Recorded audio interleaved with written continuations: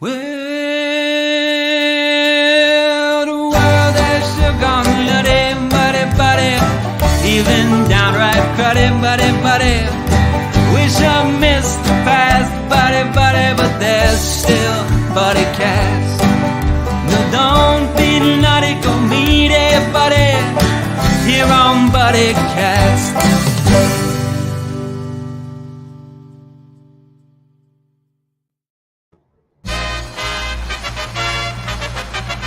Ladies and gentlemen, please welcome the founder and host of Buddycast, Nick Sorensen.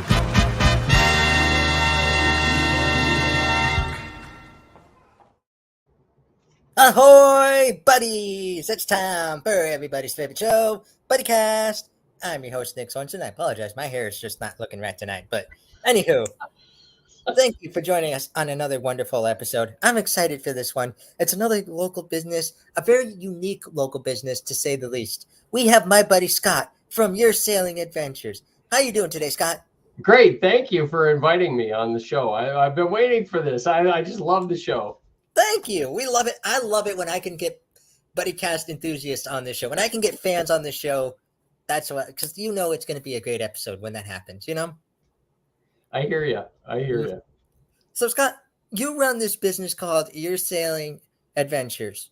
For our buddies out there, because we have buddies from all over that watch, you know, not just from here in Erie, but just all over the nation, some worldwide. For those who aren't familiar with the business, can you tell us a little bit about it? Yeah, Your Sailing Adventure is a business that I started during the pandemic. And basically the idea is that people who don't have access to sailing or sailboats, I give them that access. So most of my customers enjoy a nice time out on the water with me at the helm. I take guests out on the lake for things like sunset sails. We enjoy a glass of wine and some good conversation, and they watch the sunset as we sail around the lake. I think I just found my next date night idea. There you go.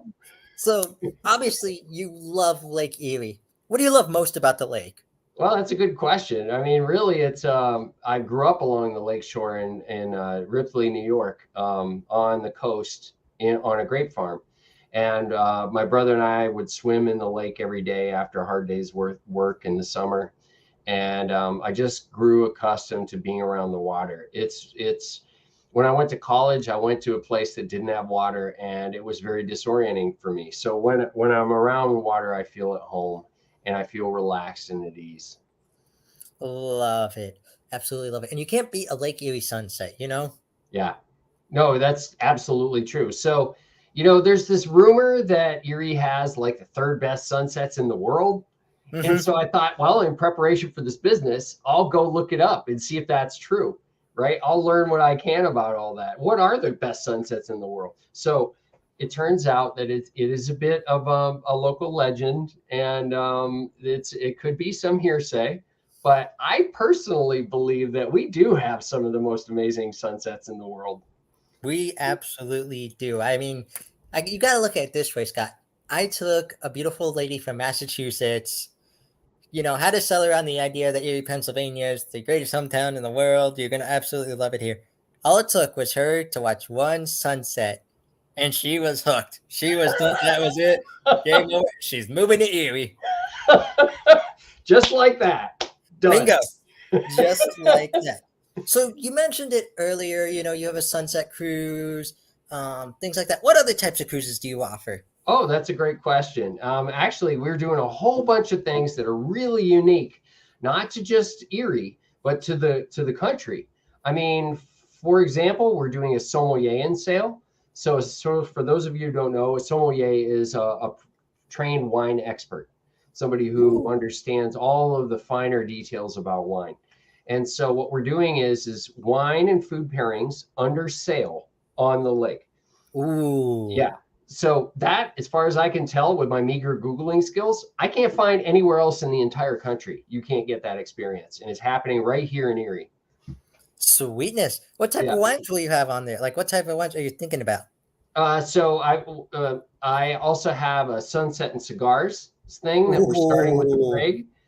We're doing a sunrise sale. So we have a sunrise with the baker. So I don't know, those of you who are familiar with Urban Honey Bakery, which is phenomenal. If you haven't tried it, you need to try it. It's a separate business, but it's located in the Urbaniacs Deli.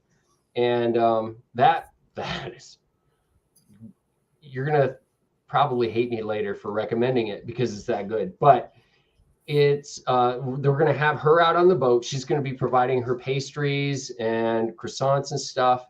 We're going to watch the sunrise together while we sail around for a couple hours. So that's pretty cool. And then we're also doing with Danielle Kudlak of Danielle Marie Healing and Wellness, a sunrise and sound bath float, which we just did this morning, the first one ever. And that's where we go out on the bay and we just turn off all the engines and float and watch the sunrise in peace while she plays singing bowls, flutes, instruments that resonate like chimes and things like that, just to get you kind of centered for the day. I love that idea. An idea that just popped in my head. Would you ever do something along the lines of like comedy on the boat, or like if you ever like got a celebrity appearance or something like that? Would that ever be something that you'd be willing to do? Fantastic. Are you kidding me? I would love that. Yeah. We'll have to work together. We'll have to collaborate, get some connections on here, you know? Yeah. Yeah. I think that would be really neat. Yeah. In fact, one of the ideas I have too is, I haven't put it to paper yet, but I would just like to feature local people in Erie that are influential in our community, right? So like maybe have the mayor out one night. Ooh. Or, so if you want to sit with the mayor for 2 hours and you want to just, do something different and have his ear, there you go, or maybe it's Brian Slaywin from, Ben Franklin, or he would be fantastic. He would be, so there's just tons of ideas I have floating around about even artists. We could have artists out on the boat playing musical instruments. Absolutely. Hey, we'll have to do it, but if we can get the connection on the boat, we'll have to do like a Buddycast on the boat. That would be really cool. Yes. Yeah. Remote Buddycast. We've done it before. Not on the lake though, but we've done remotes before. Yeah. So absolutely. So, Buddy, one question or / concern that comes to my mind: what happens if you have something planned for the evening, but then all of a sudden Erie weather, wait 5 minutes and snap, there it changes. Right. What do you do in that case? That was a big concern of mine when I started the business. And so what I realized is very early on is that I'm in the business of making setting a setting where people have fun, right? That's why they're booking me. They want to just relax and enjoy themselves. And no one is enjoying themselves if it's way too windy, or if it's raining, or if it's too cold, or all the things, right? So what I do is I just offer 100% no risk weather guarantee. So if we get to the time of the sale and we have a discussion about it and we decide collectively that it's just not going to work that day, then I give them an opportunity to get a gift card. They can reschedule, or they can have their money back. There's no risk. Nice. I like that. It's not just money back, or, just we'll schedule for another day. They have those options, Yeah. Nice. I like that. So where can we see your boat, like on a basis? Like if I'm, out on the lake with my parents, or I'm, sitting at Presque or something, where can we typically see your boat going by? Yeah. So if you're familiar with the Scallywag down on State Street by Dobbins Landing, I'm about 8 slips down on the same dock as the Scallywag. So oftentimes you will be able to see a sign that I'm flying. It looks like a sail, and it actually is a sail. And I commissioned a local artist to paint a mural on the sail of a sunset with my logo on it. And if you're driving down Dobbins Landing and you glance over to the left, over the west side, and you see a boat with the sail up in port, that's the boat. Wonderful. I'll definitely have to look at it next time I'm down in that area. Yeah, it's fantastic. Heather Hurdle, which is a local artist and art professor, just nailed it. It's literally a work of art. It's fantastic. I love it. Absolutely love that. So tell us about your crewmates. Tell us about the crew that you have that helps you out. Yeah, so I'm very, very blessed to have a group of volunteers. So I have about 18 volunteers right now who are learning to Ooh. sail or know how to sail, but are trying to improve their skill set in exchange for crewing on my boat for charters. So what we do is they show up on a Saturday morning from 8 to noon. We do crew training. They show up to a couple a month, and then they just show up to a couple of charters a month, and then we all get better. And it's a fantastic group of people. I could not be more blessed. We're creating a culture. We're creating its own little thing here that's happening in Erie. For me, I would love nothing more than to have Erie be known as the kind of place where if you're from Buffalo, Cleveland, or Pittsburgh, well, of course you go to Erie to go sailing and have a sailing experience. And the seeds I'm planting right now, I believe will grow that kind of fruit maybe a couple of decades from now. Love it. So another question that comes to my mind: have you ever had to deal with passengers who have dealt with seasickness before, who have, thought, hey, I can definitely do this, and then you're not even like halfway out of the bay and someone's already over the side of the ship? That's a great question. And actually, I do get that question quite a lot. People seem to be very concerned about seasickness, almost as if it was as big of an issue as we thought quicksand might be when we were kids. But it's actually not a big deal on a sailboat. So on a powerboat, powerboats are light, and so they go over the waves. And a sailboat is much, much heavier, generally speaking, and it will power through the waves. So not always, but in general. Yeah. So you're not always going like, yeah. It's more just like a.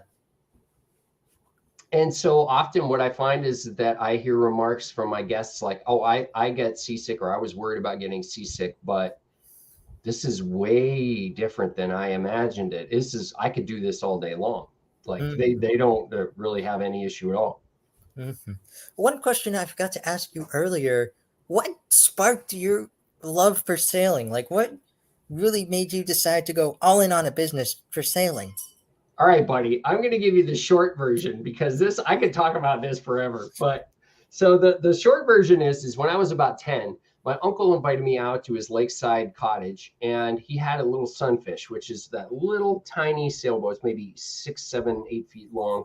It has one triangular sail, and they're ubiquitous. So he put me on that thing once. We went out, and I was immediately ensconced. I just love the notion that you could harness nature and then use it to power something like that.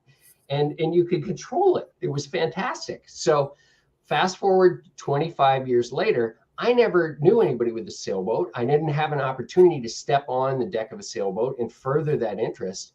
But 25 years later, I started crewing out of the Erie Yacht Club on a race boat. And that's how I kind of learned how to sail, because when you race in, it's kind of like driving a car versus racing a car. Mm-hmm. Right? So when you're racing a car, you learn every little tweak to get that eke out that little bit of performance, and you race in every condition. So we do that with sailing too, and that was where I learned, and I'm still crewing on that boat 14 years later. I love it. And you're absolutely right. There's a difference between competition. It's like fishing. There's a difference between competition fishing and just regular, going out with your dad on a Sunday and dropping a line. I suppose there is. Yeah. Mm-hmm. Have you ever gone fishing before? I have. When I was a kid, I grew up on the farm. We had a pond, and we'd fish out of that. And but my uncle was a fisherman, so we went out on the lake a couple times and caught walleye, and that was fun. I just haven't really gotten into it since then.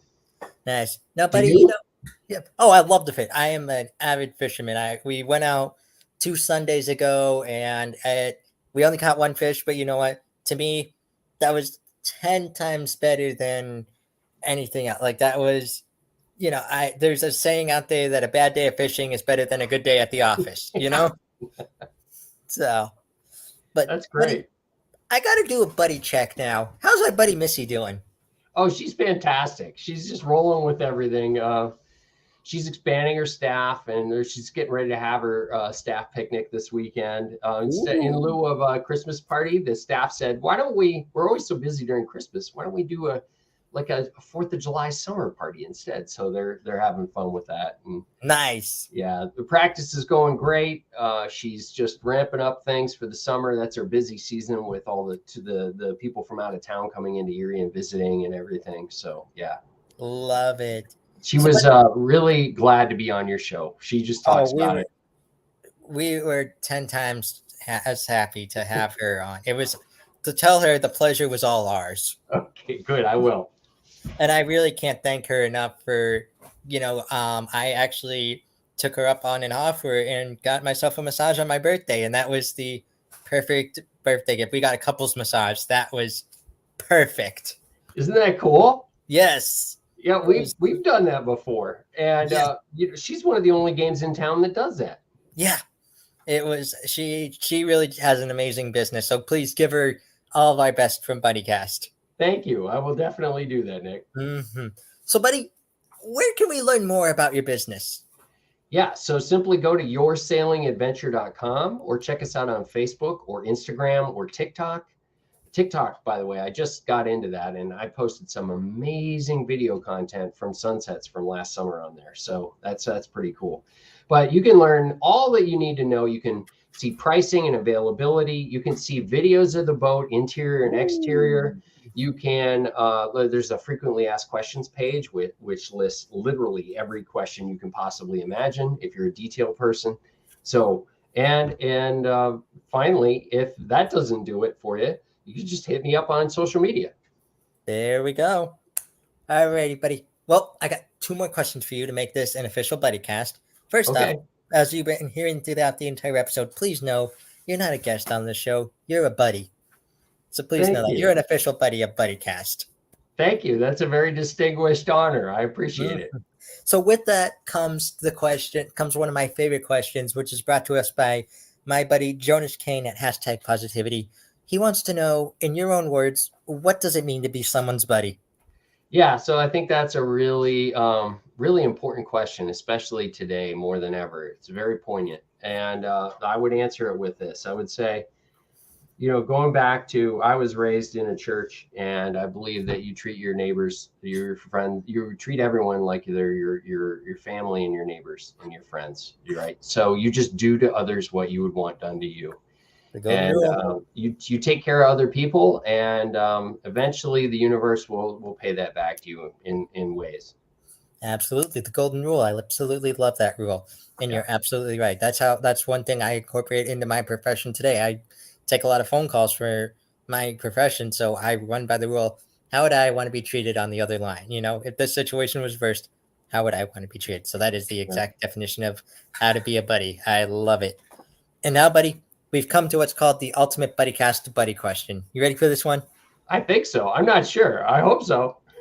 For anyone out there who wants to go sailing, who wants to have a sailboat, do what you do on a daily basis, what is your advice to them? Yeah, so a couple of things I would say. First, I'm being totally transparent here. Come charter with me for a couple hours and see what the experience is like, just so that you get a sense as to, is this something for me or not, right?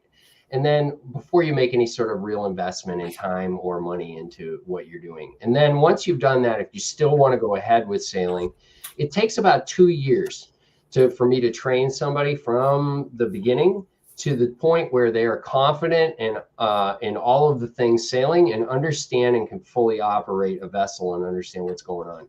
So it is a process. My suggestion would be, if that's you, go to, well, one, I do lessons. I do paid lessons. But what you could also go down to a club like the Erie Yacht Club, how I learned, right? So on any given Wednesday night, they have races on the bay. And there might be anywhere from 30 to 40 sailboats out there racing. And now those boats need anywhere from 2 to 5 crew, maybe sometimes even 6. And, with weddings, people getting sick,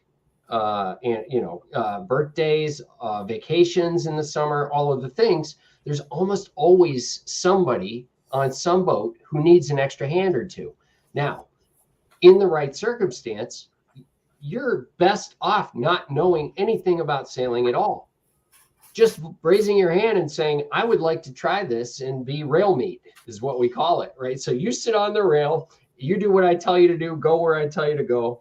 And that is actually very beneficial. So if you find the right boat with the right crew, you could walk on like I did and end up 14 years later learning how to knowing what you're doing. So walk into the bar, say on a Wednesday night and say, look, I'm here in case anybody needs an extra hand. Could you just please pass the word out? Love it. Part of the ship, part of the crew. Yeah. And that's the great part about it. I like that because you're giving people opportunities. It's not how much experience do you have. Sorry, we need someone experienced. Next. You know, it's can you do X, Y, and Z? Yeah, sure. Get on here. You know, because that's how you learn. That's how you ultimately learn. Well, and each boat culture is so unique, right? So it's a fit. You have to find, and you might go through 2 or 3 boats before you find the boat that you jive with, and you just want to, Exactly. So, buddy, thank you for being a buddy on Buddycast. It was a great episode. I'm happy to learn about this business. I'll have to come out sometime and check it out for myself. I would absolutely love to have you out. It would be my pleasure. And thank you for having me on your show. This is truly an honor. Oh, you know you're welcome back anytime because you're an official buddy. Right. Yes, I'm taking you up on that. Awesome. I have 2 favors to ask you before we close this episode. Number 1, stick around for a minute afterwards. We'll chat for a bit. Okay. But number 2, this is the most important. You got to promise me, whatever you're going to do today, tomorrow, next week, next month, or even next year, you're going to go out and you're going to be someone's buddy. I love it. I promise I will. Thank you. Alrighty. For all my buddies out there, this is my buddy Scott. Please check out your sailing adventures. Please take a nice stroll around Lake Erie. It's truly a beautiful lake. Catch a Lake Erie sunset. You won't regret it. I'm your host, Nick Sorensen. Remember, folks, this summer should be remembered forever. Exactly. You got that right. I'm your host, Nick Sorensen. Thank you for joining us on another episode of everybody's favorite show.